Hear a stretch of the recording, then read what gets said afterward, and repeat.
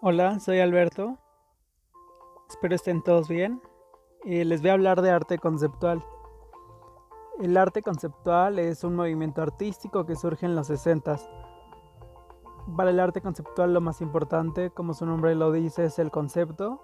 La verdadera obra de arte no es el objeto físico producido por el artista, sino la experiencia misma, la idea, el concepto que subyace al objeto en una suerte de desmaterialización del objeto artístico. Y puede haber experiencia estética sin la necesidad de un objeto artístico. Según los planteamientos del arte conceptual, la obra de arte no tiene solo un modo de existencia objetual y la experiencia estética puede darse más allá de la materia, porque experiencias y obras pueden juntarse o dar forma o darse forma en varios objetos y además su recepción puede entenderse más allá de la presencia de estos. De este modo, el arte conceptual trata de mantener la experiencia estética sin que medie en ella la elaboración artística, el valor plástico de algún objeto. Y, por ejemplo, también habla del acto de mirar, que resulta una forma de alcanzar un fundamento y de tratar de proyectar en el público una experiencia similar a la primigenia, con la menor interposición posible de condicionantes que puedan desviar ese dato experiencial a territorios diferentes como las tradiciones en la representación, ya que bueno, aquí no se buscaba el goce inmediato que da la vista, sino más bien se busca esta contemplación y no solo la visual, sino la mental, que te lleve a esta reflexión, ¿no? Y bueno, en la obra de arte siempre hay un qué, en un sentido que puede ser interrogado. La obra de arte no solo se da a ver, sino se da a entender. Se ofrece como un asunto del pensamiento y pues esto en la medida en que se sustrae del régimen de la visibilidad. De este modo las artes plásticas, mediante el arte del concepto o el arte conceptual, dan un giro importante abandonando las poéticas de índole romántico idealistas. Y a partir de ese momento el arte conceptual incide sobre todo las tendencias sintáctico-formales por una parte, la semántica pragmática por otra, que en esta tendencia pues se presta menos atención a la sintáctica de las formas. Además, bueno, en estas ambas alternativas pues están más allá de los límites que se habían impuesto por la academia o por géneros artísticos anteriores.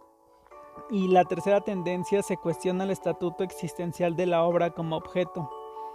Es así como el arte conceptual enfatiza la eliminación del objeto artístico en sus modalidades tradicionales. En, en cuanto al...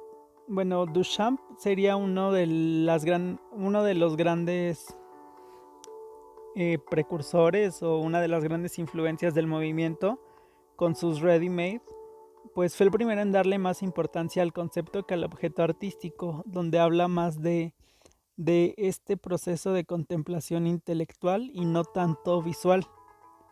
El término de arte conceptual es tomado de un ensayo que elaboró Henry Flint en el año 1961, que se tituló Concept Art. Él hace una reflexión acerca de todo el arte que ha ocurrido en ese siglo, en el siglo XX hasta los 60, y pues es cuando genera este término.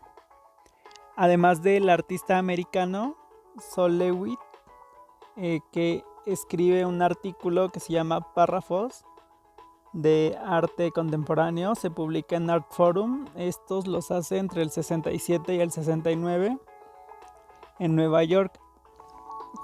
El, algunas partes del texto me gustaría leérselas porque creo que resume bastante bien todo, todo pues sí, el arte conceptual.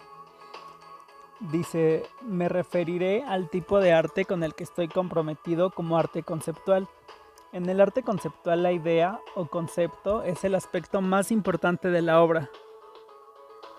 Cuando un artista usa una forma artística conceptual, significa que todos los planes y decisiones se toman previamente y la ejecución es un asunto secundario. La idea se transforma en una máquina que hace arte. Este tipo de arte no es teórico, teorético o ilustrativo de teorías, es intuitivo. Está comprometido con todo tipo de procesos mentales y no tiene propósito. Suele ser libre e independiente de la habilidad del artista como artesano. El objetivo de un artista que se ocupa de arte conceptual es hacer que su obra sea mentalmente interesante para el espectador y por lo tanto querrá transformarla en algo emocionalmente seco. Sin embargo, no hay razón para suponer que el artista conceptual quiera aburrir al observador. Solo la expectativa de una patada emocional a lo que nos acostumbró el arte expresionista es lo que disuadiría al observador de percibir este arte. También dice, la filosofía de la obra está implícita en ella y no es una ilustración de ningún sistema filosófico. No interesa realmente si el observador entiende los conceptos del artista al ver la obra de arte. Una vez que está fuera de sus manos, el artista no tiene control sobre el modo en que un observador percibirá la obra. Cada persona comprenderá las mismas cosas de manera distinta. Y si el artista lleva adelante esta idea y la hace de una forma visible, entonces todos los pasos del proceso son importantes. La idea en sí, incluso si no se visualiza, es tanto una obra de arte como cualquier producto terminado. Todos los pasos que intervienen, garabatos, borradores, dibujos, modelos, estudios, pensamientos, conversaciones, son de interés. Aquellos que muestran el proceso de pensamiento del artista son a veces más interesantes que el producto final. Y bueno, estas son algunas frases y la última frase con la que cierra es: el arte conceptual es bueno solo cuando la idea es buena, que resume muy bien todo lo que menciona, ¿no? Que lo matérico pasa a segundo plano. Hablando de los principios del arte conceptual, esto surge como una respuesta adversa al modernismo, ¿no? El arte conceptual rompe con la historiografía del arte como historia de los estilos y con la historia del arte como historia de la percepción visual, y señala el fracaso de la hegemonía del arte moderno americano y sus posturas críticas, reduccionistas y autorreflexivas. Se trata de visiones formalistas del arte en las que se desarrolla la noción de visualidad pura, que desde la abstracción derivaría hacia el minimalismo. Desde el fin del informalismo y los inicios del pop se da un progresivo fenómeno de desmaterialización. Desmaterialización de estas obras de artes o del objeto artístico, en donde la obra física se convierte en mero residuo documental de la verdadera obra de arte. Y en un sentido, pues más allá del arte conceptual, ya cuando pues nos habla, ¿no?, que lo visible ya no es indispensable para que algo sea arte. Esto puso en crisis pues la relación y el discurso de la crítica, que hasta ese momento era pues muy hegemónica, y puso el punto de ruptura entre modernismo y posmodernismo. A finales de los 60, con la irrupción del arte conceptual, cambiaron además las relaciones de la crítica respecto de la obra de arte. Uno de los elementos claves de este periodo fue el acercamiento de roles de críticos y artistas, muchos de los cuales empezaron a teorizar y analizar sus propios trabajos, elaborando algunos textos esenciales sobre arte conceptual. Por su lado, los críticos se adentraron con mayor profundidad en el hecho expositivo, elevando la exposición a un nivel singularmente creativo y de tesis, relegando a la escritura a un segundo plano. Y bueno, así es como los artistas pues también empiezan a escribir ya para ellos mismos explicar su obra y no tener que depender de un crítico que explicara lo que tú hacías, porque también algo de lo que habla el arte conceptual es pues de que discursivamente deberías como de referirte con un cuestionamiento basado en tu propia experiencia, en donde esté implícita la praxis, y bien sobre el arte en general o sobre el arte de tus compañeros, ¿no? Además de que, bueno, a partir de esto también surge o da lugar al libro de artista, que esto rompe con el libro tradicional ilustrado. Y bueno, se vuelve una obra de arte solo porque el artista quiere que sea una obra de arte. En este ámbito se da cavidad para que el artista pueda hacer teoría y para que el filósofo ejerza el oficio del artista. Esto hace que se cruce el texto y la materia, o la lectura y la técnica, por así decirlo. Y surgen más artistas que no tuvieron preparación como tal para ser artistas, sino una preparación pues filosófica. Además de que también parte de los principios de esto es que iban en contra de estas restricciones formalistas que impuso Greenberg. El arte conceptual buscaba trabajar fuera de la galería y del mundo del arte. Se identifica por denunciar problemas del entorno social, es polémico, usa la sátira y la ironía, además de que abarca ya diferentes disciplinas artísticas y no se limita solo a la pintura o a la escultura. Usa diferentes medios y técnicas, principalmente el texto. Es una de las formas principales. Algunos artistas buscaban purgar el mundo del arte decorativo y vacío que se venía haciendo. O sea, era arte sin concepto, solamente se preocupaba por cómo se veía y pues en poder vender. Y entonces lo que ellos hacen es llegar hasta una forma muy revolucionaria que para ellos es el texto y la palabra. Y estas se usan para crear arte, así como otras que surgen o que se vuelven a utilizar, como el ready-made, la fotografía, el performance, el arte objeto, la instalación, el collage, entre otros. Y también para entender esto que les menciono, es importante que hablemos del momento histórico que se estaba viviendo en el mundo. Fue la década de los 60 y pues aquí se da el momento de la liberación femenina, de la liberación sexual. Se da la guerra de Vietnam, surge el ARPANET, que es como un antecedente del internet que conocemos. Se da el año 68, en el que ocurrieron pues algunos sucesos relevantes alrededor del mundo. Por ejemplo, en México pasó la matanza del Tlatelolco del 2 de octubre y se da la primavera de Praga. Así como se da como esto de los hippies, y esto pues da cavidad a que se pueda todavía experimentar más todos estos momentos históricos, porque pues son artistas, la mayoría que vienen pues son artistas de la posguerra.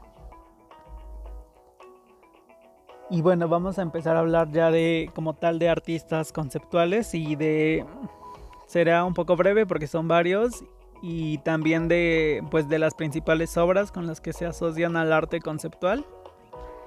Empezamos por Marcel Duchamp y La Fuente, que se hace en 1917. La exhibe. Es un mero mingitorio de porcelana común en el Salón de Artistas Independientes, como una manera de cuestionar la naturaleza del arte, dejando claro que cualquier cosa, con una buena idea como soporte, podía ser arte, haciendo que lo que realmente importe es lo que nos quiere dar a entender, lo que nos quiere llevar a reflexionar y dejar de lado lo que representa. Diferencia entre lo que representa y lo que está representado. Y aquí está, que es pues la pieza de arte del siglo XX más importante, y que aún todavía en la actualidad sigue generando pues polémica, ¿no? Cuando trajeron la exposición al Jumex, pues todavía escuchabas comentarios de personas que igual no lo entendían, pero que tampoco les importaba entenderlo. El siguiente artista es Robert Rauschenberg, y él exhibe dibujo de de Kooning borrado. Es un dibujo que hizo Willem de Kooning y que Rauschenberg borró. Esta pieza levantó muchas preguntas acerca de la naturaleza fundamental del arte, provocando al espectador a considerar si borrar un dibujo de otro artista podía ser un acto creativo, así como si el trabajo solo era arte porque lo había hecho Rauschenberg. El siguiente artista es Yves Klein, quien en 1957 realiza su proposición monocromo Época Azul. Y bueno, aquí podemos ver una foto de unos globos volando. Esta fue la escultura aerostática. Estaba compuesta por 1001 globos azules que fueron liberados hacia el cielo desde la galería Iris Claire para promover su proposición monocroma, que fue el monocromo, que fue lo que es el título de esta exposición. Y también aquí expuso unas pinturas de fuego de 1 minuto, que eran unos paneles azules en el cual estallaban 16 petardos. Y también Yves Klein hizo en el año siguiente otra exposición que fue muy importante, que se llamó El Vacío, y pues declaró que sus pinturas eran invisibles, y para poder probar eso pues exhibió una sala vacía. Otra pieza igual es un acto que realiza Klein, se llama Un salto al vacío. Esta la hace en los 60s, y aquí él habla de cómo, él intenta según volar, ¿no? Se va a aventar, pero lo que quería hacer era volar. Y esto es un poco pues de body art, porque está trabajando con su cuerpo, y antes de aventarse declara que el artista debe de crear una única obra de arte, él mismo, constantemente.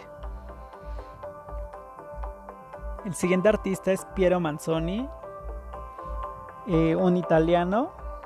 Él exhibe su mierda de artista, que son latas donde supuestamente están sus heces fecales, y pone las latas con su caca en venta, y lo que costaban era pues literal valían su peso en oro. Además de que esto lo hace basándose en esto que se decía de todo lo que escupe el artista es arte, y también llega a vender su aliento en globos, y llega a firmar a gente para decir como que eran obras de arte. Uno de ellos fue Primo Levi.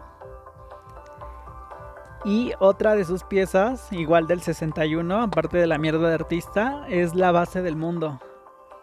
Es una obra que pues es un pedestal que está boca abajo. Si ahí pueden ver, las letras están al revés. Y en estas pues presenta al mundo entero como el ideal de obra de arte.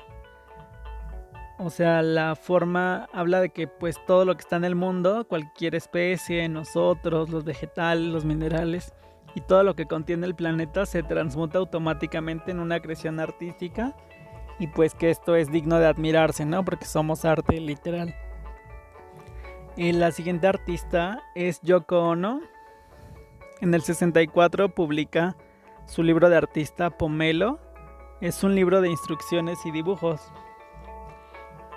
en donde la presentación la realiza John Lennon, y esto es pues como un ejemplo de arte heurístico. Son instrucciones las que vienen pues en este libro, además de sus dibujos, en las que ella pues te dice cómo obtener una experiencia estética. Por ejemplo, decía como de: pasa una semana riendo, enciende un fósforo y observa hasta que se consuma, o escucha las campanadas del reloj. El siguiente es un grupo de artistas que en el 65 crearon Mirror Piece. Ellos son Art and Language. Ellos pues plantean, entre otros, el tema de la representación, así como el papel y la posición del espectador en la obra de arte. El espejo está en una superficie pulida que despide los rayos del sol, sin imagen propia.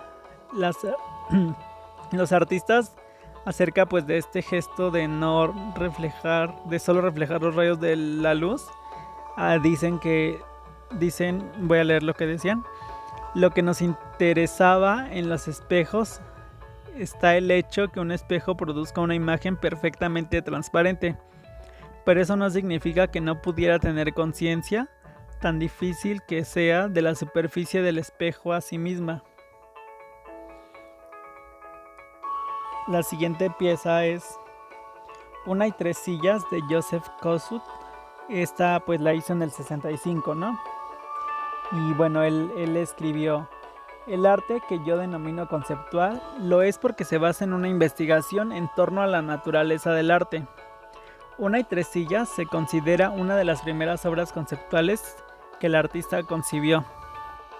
Y bueno, aquí sigue un criterio de que él mismo califica como antiformalista y que con el sentido tautológico se aproxima a una misma reflexión desde tres perspectivas diversas. La primera, pues como tal, sería a través del objeto, que es la silla. La otra, su representación o índice, que sería la fotografía de la misma silla. Y dos elementos lingüísticos: la palabra que designa al objeto y su definición. Kossuth llama de ese modo la atención sobre el triple código de aproximación a la realidad: un código objetual, un código visual y un código verbal, referente, representación y lenguaje. Se trata de una obra emblemática y base en el arte conceptual. La siguiente pieza fue hecha en 1975 por John Latham. Esta pieza se llama Steel and Chew. Y bueno, en esta pieza pues en los 60s él daba clases de arte en el St. Martin's School hasta que fue despedido porque no regresó un libro de la biblioteca, ¿no? Y este ejemplar se trataba de Arte y Cultura de Greenberg. Y este libro no lo regresó porque él y sus alumnos rompieron en trocitos, masticaron cada una de las páginas para después escupir lo que quedaba en una botella. Y Latham reordenó los restos en una caja que hoy forma parte del Museo de Arte Moderno en Nueva York. Ya pasó a ser parte de esta colección. Esta pieza de que pues que quedó a partir de que ellos masticaran las hojas. El siguiente artista es Lawrence Weiner, con sus statements o declaraciones que realiza en el 68. Es un libro de artista. Él quiere pues como tal escribe estas descripciones más o menos de forma general y algunas específicas, y de este modo pues clasifica las obras de arte, o más bien gestos artísticos. Por ejemplo, decía: una cantidad de pintura vertida directamente sobre el suelo y dejarla secar, o un bote de aerosol de esmalte rociado directamente sobre el suelo hasta su conclusión. Estas frases, a la vez, o sea, aparte de ser como un registro, son la misma obra de arte, y su título sirven también como instrucciones, aunque Weiner evite el imperativo y prefiera el participio porque por un lado sugiere que ya han sido realizadas, tal vez por él mismo, y por otra parte porque parece que quiere invitar al lector a realizarlas. La siguiente pieza es de Sol LeWitt.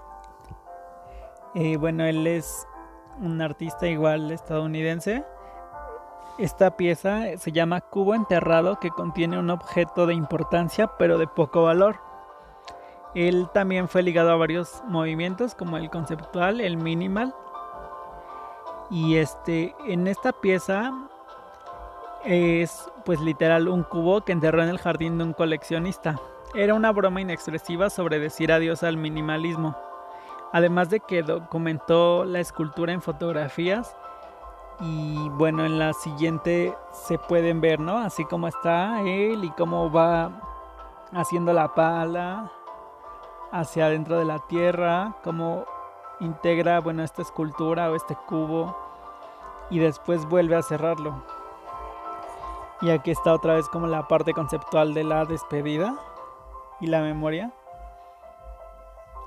El siguiente artista es Robert Barry. Esta pieza se llama Closet Gallery. Es una pieza del 69 que consta de 3 invitaciones a exposiciones de galerías en Ámsterdam, Turín y Los Ángeles. Estas están, pues como pueden ver, son tarjetas blancas con una tipografía normal. Y bueno, a través de estas se le informa a los destinatarios que durante la exposición, que ya estaba programada, la galería estaría cerrada. Es la forma más pura de esta noción de lo que es la fisicalidad del arte y de qué se trata realmente el arte. Uno ni siquiera necesita tener el espacio de la galería. Así fue la definición que Barry dio de esta pieza. La siguiente artista es Ana Mendieta. Y aquí podemos ver esta pieza que se llama Imagen de Yagul. Esta fue una serie de piezas que realizó. Justo esta foto la tomó en México.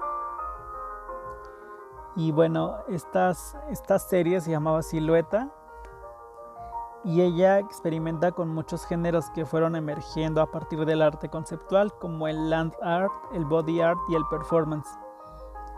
Posiblemente Ana Mendieta haya sido la primera en combinar pues los tres en la misma pieza, creando pues un nuevo género que ella denomina como art body, como de la tierra, hablando de la tierra, y a menudo utiliza su propio cuerpo desnudo para explorar y conectarse con la tierra. Así como estamos viendo en la foto, que está como ella pues floreciendo. La siguiente artista es Jenny Holzer, que igual esta pieza Truismos, que realiza del 78 al 89, presenta 86 de diferentes perspicaces, agresivos o cómicos truismos, donde expresa diferentes puntos de vista para que pueda generar una distinta gama de respuestas. Por ejemplo, algunas dicen: muchos profesionales son chiflados. El abuso de poder no es una sorpresa. Las malas intenciones pueden dar buenos resultados. Y, por ejemplo, así frases como estas o truismos como estos, Holzer decía que el objetivo era que la gente los viera, los leyera, se riera de ellos y que se sintiera provocado por estos. El siguiente artista es pues un mexicano que como tal, o sea, no tuvo una participación como exactamente de hacer como piezas conceptuales, pero sí participó de otra forma. Es Felipe Orenberg. Esta pieza es la portada de General Smoke.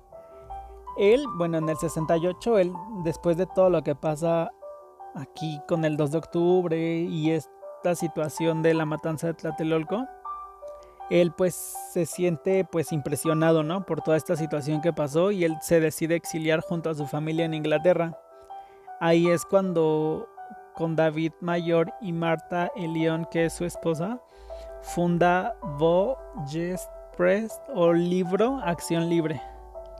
Esto es un colectivo de artistas dedicado a presentar el trabajo de importantes poetas visuales, artistas conceptuales, neodadaístas y artistas experimentales. Muchos de estos pues estuvieron conectados al arte conceptual y al movimiento Fluxus. Y además, pues este libro Acción Libre pues tuvo el premio Perpetua Prize por el diseño e ilustración de algunas piezas. Y la siguiente artista, es Barbara Kruger. Esta pieza, que se llama You Are Not Yourself, del 81, es una apropiación. Y aquí se puede ver a una mujer examinándose a sí misma en un espejo que fue roto o destrozado como por una bala, o sea, se ve el agujero. Y el texto dice: no eres tú misma. Además que está pues como rodeando la fotografía, ¿no? Igual utiliza el texto. La siguiente artista es Marina Abramovic, Y bueno, este performance que realiza con Ulay, que se llama Relation in Time. Bueno, es este performance súper conocido porque fue igual de los primeros que realizó Marina. Y bueno, ellos como que se encadenan, se trenzan el cabello y permanecen durante 16 horas, así como se ve en la imagen, espalda con espalda. Están dentro de una galería que pues está vacía. Y después de ese tiempo es cuando se abre al público, ¿no? Cuando de la hora 16 a la 17 para que puedan ver pues la acción de estos dos performers. Y además es ahí justo cuando se empieza a realizar el registro fotográfico. El siguiente artista igual es un mexicano, es Gabriel Orozco y la pieza es Caja de Zapatos Vacía del 93, que bueno, se presentó en la Bienal de Venecia. Pues la caja de zapatos es una pregunta en sí, es un recipiente vacío para ser llenado. Él realiza esta como reflexión sobre el vacío. Además, él se empieza a enfocar en la idea de escultura como un recipiente del espacio vacío que recibe el espectador y lo fuerte que es esa sensación de vacío en la que tienes que llenarla, ¿no? O sea, quieres hacer algo al respecto para llenar esos vacíos. Y bueno, esta caja de zapatos se convierte en una pieza incómoda, polémica, pero muy icónica del arte conceptual y sobre todo para su carrera. Y ya para terminar, quiero cerrar con otra artista mexicana, es Teresa Margolles. Igual su participación en la Bienal de Venecia con la instalación de ¿Qué otra cosa podríamos hablar? Del 2009. Esta obra consistió en un conjunto de 7 piezas que intervenían sutilmente el espacio. Sin embargo, en términos simbólicos, era imposible que pasara desapercibida, ya que el objetivo era hacer un planteamiento que llamaba a desplegar la reflexión de los asistentes. Bueno, Margolles, como sabemos, se caracteriza por afrontar desde una postura provocadora y contundente temas como la violencia y la memoria de la pérdida provocada por la muerte violenta, así como la exploración de los restos humanos como materiales artísticos. Y pues ella es de Sonora, entonces tiene como este contexto fronterizo de la violencia que se genera en México por esta guerra contra el narcotráfico. Además, ella realiza estos como recorridos necrogeográficos, donde realiza un registro sonoro y visual de los territorios heridos de muerte. Además de que recoge residuos como lodo, sangre y fragmentos de cristales del pavimento. Con estos elementos pues fueron creadas las instalaciones que desplegan la abyección y que sacuden al espectador. Estas telas impregnadas de sangre, vidrios incrustados en joyas idénticas a las de los criminales, así como la reproducción del registro sonoro en uno de los pasillos del palazzo. Con estas estrategias, la artista insiste en la importancia del arte como catalizador y multiplicador de las interrogantes del individuo frente a su entorno. Y si sigue hablando de violencia, como ella dice, es porque pues sigue habiendo violencia. Y bueno, con esta artista ya concluyo. Gracias por escucharme. Espero haya quedado claro porque era mucha información. Y que estén muy bien. Saludos.